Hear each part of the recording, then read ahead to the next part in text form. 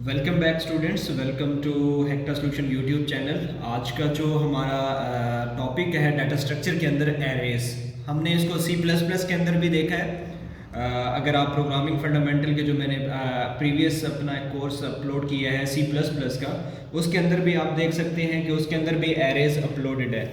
तो अभी जो एरेज होते हैं ये मोस्टली हाई लेवल लैंग्वेज के अंदर यूज़ होते हैं, जैसे कि सी हो गया, सी प्लस प्लस हो गया, जावा हो गई। और अगर मैं इसके अंदर डाटा स्ट्रक्चर के अंदर बात करूं तो क्यू और स्टैक की इम्प्लीमेंटेशन भी एरे को यूज़ करते हुए कर सकते हैं। तो इसकी अगर डेफिनेशन देखें, an array is a data structure which can be defined as a finite order set of homogeneous element. अगर मैं इनको थोड़ा सा ब्रेक करके अगर आपको समझाऊं डेफिनेशन को, तो वो कुछ यूँ बनेगी कि ये जो वर्ड फाइनाइट है, फाइनाइट वर्ड है, इसका मतलब होता है फिक्स्ड। मतलब ये कि अगर आप सी प्लस प्लस में भी देखें तो उसके अंदर भी यही किया था कि हमने जब एरे को इनिशियलाइज किया था तो हमने उसका साइज फिक्स कर दिया था। तो सेम इसके अंदर भी क्या होता है, आपके पास फाइनाइट का मतलब होता है फिक्स्ड एलिमेंट। मतलब आप डिसाइड कर लेते हो कि कितने एलिमेंट्स आएंगे। मैं ऊपर इधर मेंशन भी कर देता हूँ। लेट्स सपोज मैं ये एरे की ए नाम का एरे बना रहा हूँ और उसके अंदर मैंने 5 एलिमेंट्स का एक 5 एलिमेंट्स लिए हैं। मतलब ये कि इंटीजर टाइप का जो वो है एरे है, ए एरे है, वो इंटीजर टाइप है, लेकिन उसके अंदर एलिमेंट्स क्या हैं, 5। अब 5 से 6 नहीं हो सकते, तो क्या किया मैंने, फिक्स्ड कर दिया। इस फाइनाइट का मतलब क्या है, फिक्स्ड कर देना। अच्छा, उसके बाद आ जाता है ऑर्डर सेट। ऑर्डर सेट मतलब ये होगा कि आपका जितना भी इसके अंदर डाटा होगा या फिर आपके पास चीज़ें आ रही होती हैं, तो वो हर एक एलिमेंट एक सीक्वेंस में ही आएंगे। हर एक एलिमेंट को हम एक नंबर देंगे जिसको इंडेक्स बोलेंगे। लेट्स सपोज कि मैं कह देता हूँ कि आपने ये नंबर लिए हैं, वो एक सीक्वेंस में आएंगे। मतलब ये कि आप पहले 1 आएगा, फिर 2 आएगा, फिर 3 आएगा, जो उसके हम इंडेक्स, अभी मैं इंडेक्स जब आपको समझाऊंगा तो उसके अंदर आपको सारा समझ आ जाएगा। नेक्स्ट है हमारे पास होमोजीनियस। होमोजीनियस मतलब ये कि हमारे पास इंटीजर अगर ले रहे हैं, इंटीजर टाइप का हम अगर एरे ले रहे हैं, तो उसके अंदर जितने भी एलिमेंट्स होंगे वो इंटीजर टाइप के होंगे।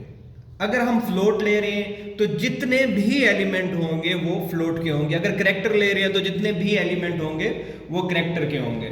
ये नहीं हो सकता कि आपका एक करैक्टर का एलिमेंट हो, दूसरा आप इंटीजर टाइप का हो और तीसरा फ्लोट का हो और इस तरह का। ये आपकी कोई वो नहीं होगी कि मतलब ये आप उसको एरे नहीं कह सकते। नेक्स्ट आ जाता है कंटिन्यूअस मेमोरी एलिमेंट्स जो आते हैं। मतलब इसके अंदर ये होगा कि इन सीक्वेंस, जैसे कि अभी मैंने ऑर्डर सेट का बोला, सेम उसी तरह ये होगा कि आपके पास क्या होगा कि जितने भी एलिमेंट होंगे एक सीक्वेंस के अंदर आ रहे होंगे। नेक्स्ट आता है हमारे पास रैंडम एक्सेस। रैंडम एक्सेस मतलब ये हो सकता है कि आप कह सकते हो कि आपने 4 जो एड्रेस है उस एलिमेंट को एक्सेस करना है तो आप डायरेक्टली कर सकते हो। आपको फर्स्ट 3 को एक्सेस करने की ज़रूरत नहीं है, आप डायरेक्टली एक्सेस कर सकते हो उसको। अभी एक मैं इधर एलिमेंट बनाता, एक मैं एरे बनाता हूँ जिसके अंदर मैं 5 एलिमेंट्स लेता हूँ, 1 2 3 4 एंड 5। अब ये देखो कि इंडेक्स जब ये a इज इक्वल टू कर देता हूँ, क्योंकि मैंने a करैक्टर जो a जो लिया है।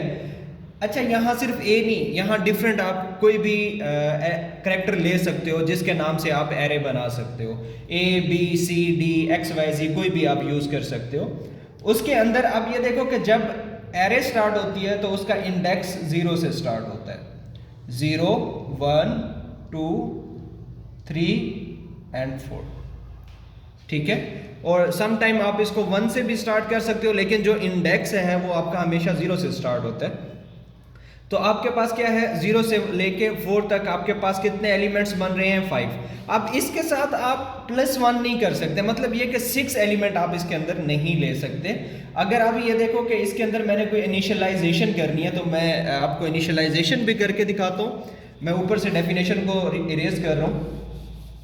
हम इनिशियलाइजेशन कैसे कर सकते हैं, मैं दोबारा बना देता हूँ। लेट्स सपोज के मेरे पास int a is equal to 5 है और इसके अंदर मैंने इनिशियलाइजेशन करनी है, तो मैं वो कैसे कर सकता हूँ? इनिशियलाइजेशन करनी है मैंने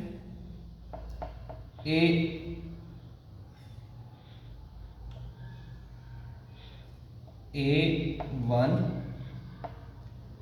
ये बल्कि A0 से स्टार्ट कर लो, इंडेक्स क्योंकि हमारे पास 0 है। A1, A2, A3 and A4, ठीक है।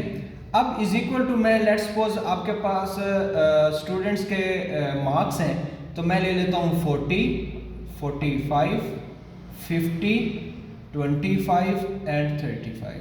अब आपने इसको एरे के अंदर स्टोर कैसे होगा? ये मेरे पास एक एरे आएगी 1, 2, 3, 4 एंड 5।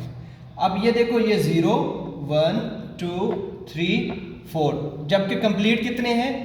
5 एलिमेंट्स हैं। अब ये देखो कि 0 है और A0 मेरे पास क्या है? 40, तो ये क्या आ जाएगा इधर? 40। अब A इज इक्वल टू, मैं इधर से आपको समझाने के लिए ये भी कर देता हूँ। देन हमारे पास क्या है? 1 में क्या है? 45, 2 में क्या है? 50, 3 में क्या है? 25 और 4 के अंदर क्या है? 35। अच्छा, अब मैं इसके अंदर आपको पीछे जो मैंने इरेज किया है उसके ऊपर लिखा हुआ था रैंडम एक्सेस। लेट्स सपोज मैंने इधर से 2 को एक्सेस करना है, तो मैं डायरेक्ट A इंटू 2 को एक्सेस कर सकता हूँ। उससे पहले मुझे यहाँ नहीं आना पड़ेगा, इसको एक्सेस नहीं करना पड़ेगा, मैं डायरेक्ट A2 को एक्सेस करके 50 के ऊपर जा सकता हूँ।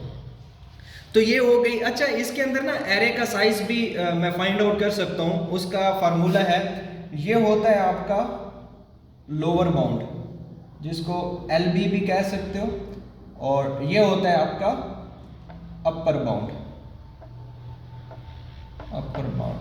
ठीक है। अब ये देखो कि इसका जो फार्मूला है वो है upper bound minus lower bound plus 1, ठीक है। अब मैं इसके अपर बाउंड क्या है मेरे पास? 4 माइनस, अब ये देखो कि लोअर बाउंड 0 है प्लस 1, तो मेरे पास टोटल एलिमेंट्स कितने हो जाएंगे? 5। इधर क्या है मेरे पास? 5।